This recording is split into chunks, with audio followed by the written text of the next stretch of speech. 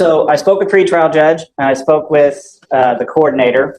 Per pretrial, he's tested positive presumptively, because it's sent to a lab for confirmatory for alcohol and THC. I think they described his behavior as Threatening.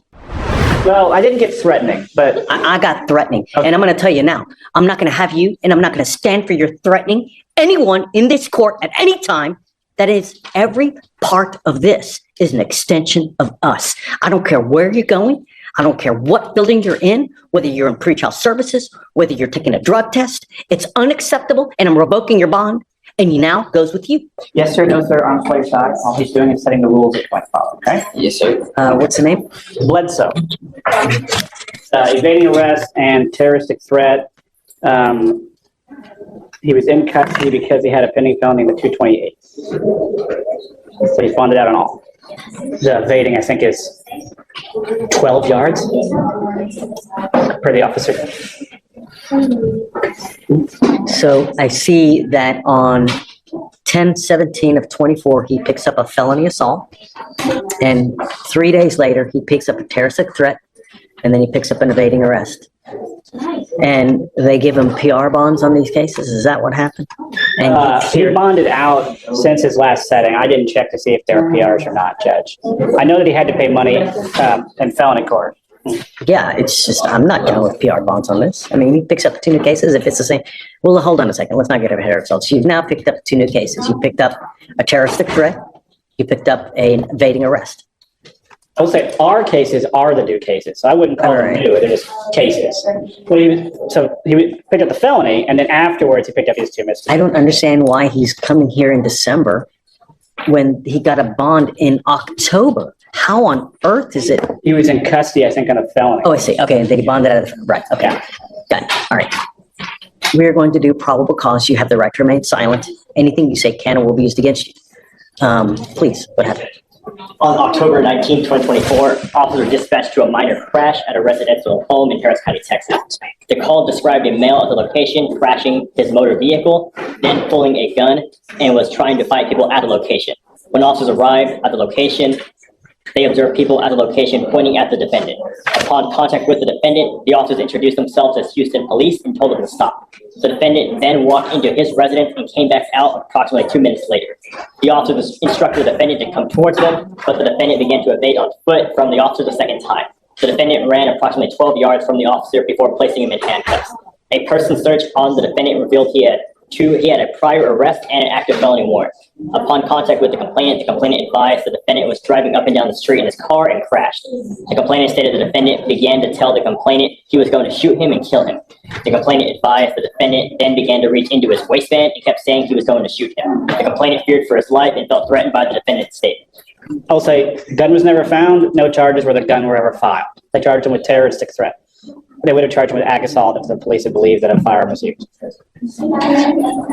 Mr. Bledsoe, let me make something perfectly clear to you. I will do everything in my power to protect my public at all costs. And I don't care if I have to make your bond $2 million. I'm going to do everything in my power to protect my public at all costs. Do you understand? Yes. I don't care who you are. I don't care where you come from. I don't care what, nothing. I want my county safe. You will be signing an affidavit with me today, promising me that you're not going to have any weapons whatsoever. And if I find that you have a weapon, I can have a contempt hearing. You're looking at 180 days in jail every time if you're caught with a gun. Do you understand? I'm sending you now for a drug test. I want to know what, if anything, is going to be in your system as well. I'm ordering you not to use alcohol or illegal drugs, and I'm going to test you like crazy. Do you understand? What do you do for a living? I work for Leland Airmark Bakery. Okay, that's what you need to concentrate on. Working a lot so that your time is occupied. When you have too much time on your hands, you become self-destructive. Do you understand? Yes, sir. Do you have, thank you. Do you have a Texas driver license? It's a yes or it's a no. Then you're not allowed to drive. On this affidavit, you will also be promising me that you're not going to drive. Do you? Do you have a different state's driver's license? City? He asked if you have a Texas driver's license. Do you have a driver's license from any other state? No, I'm from Houston. Okay, sorry. I'm just making sure he didn't have Louisiana or something. Not drive. I am also putting on this affidavit that you're not going to drive. Do you understand? Yes, sir. You're looking around, you're just, heed this warning, Mr. Bledsoe. Do you understand? Yes, sir. Yes, sir. I totally understand. I only had one off day. I just sleep all day.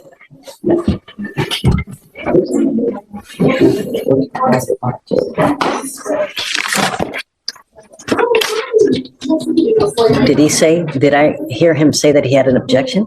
No, most definitely not. He was No. just asking me a question. Okay, No just objections. don't use. Stay out of trouble. You're in enough hot water as it is.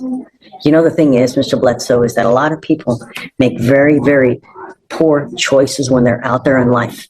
And sometimes that choice makes it to where you will live the next 40 years in a 6x9 box. And I'm going to tell you now, I've read have you been to prison before? Nope. I want you to hear me. I've read stuff about what happens in prisons, and it had me in tears. It was as bad as could possibly, if you think of your worst nightmare, it's worse in our Texas prisons. They don't give a rat's behind about you, and you will be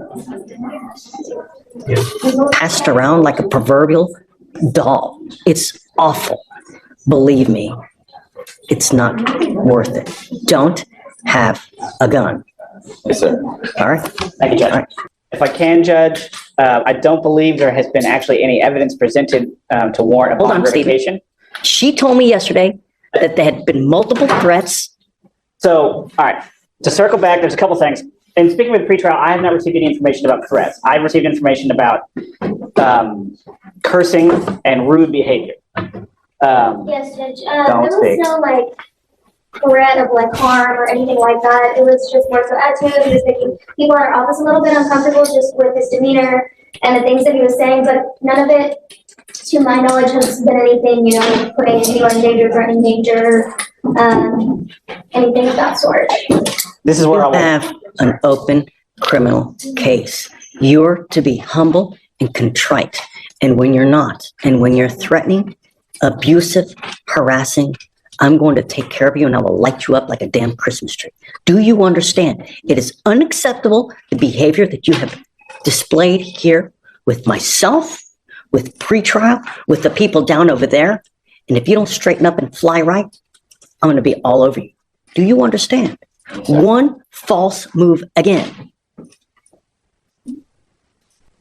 This is not supposed to be a happy time for you. And I don't know what I need to do to get your attention. But next time, I will classify you as a danger, revoke your bond, and make it so high you will have teeth falling out. Do you understand? Sir. Take a seat. Thank you, Judge. Back to your point. Do you have a preference on the reset date, Judge? So tell me what he tested positive for. It was THC and alcohol, Judge. This is where I'll add that the court added bond conditions yesterday, so he had the magistrate. understand. Okay. He did have So- these magistrate orders in October that I did see that he was instructed over. It didn't have no alcohol, but it did have October what? October 14th, 15th, whatever. Give me the last name again. Bledsoe, B-L-E-D. Oh, no. He's still smoking weed then. I mean, if they told him not to use any kind of illegal drugs and he tested positive right now, give me the date, please. Come up, Mr. Bledsoe. You're not off the hook yet. This is where I will repeat my assertion that since he's out on bond, he's entitled to a hearing where the rules of evidence would apply. What we're doing right now. Well, then I'm going to object to hearsay to anything and everything being heard by the court. What day was the magistrate condition for no using, please? October 20th.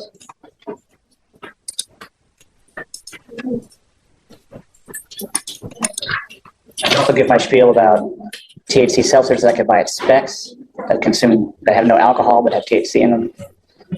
You are not to use alcohol. You are not to use illegal drugs. I'm going to give you the benefit of the doubt, and I'm going to test you again in 2 weeks from today.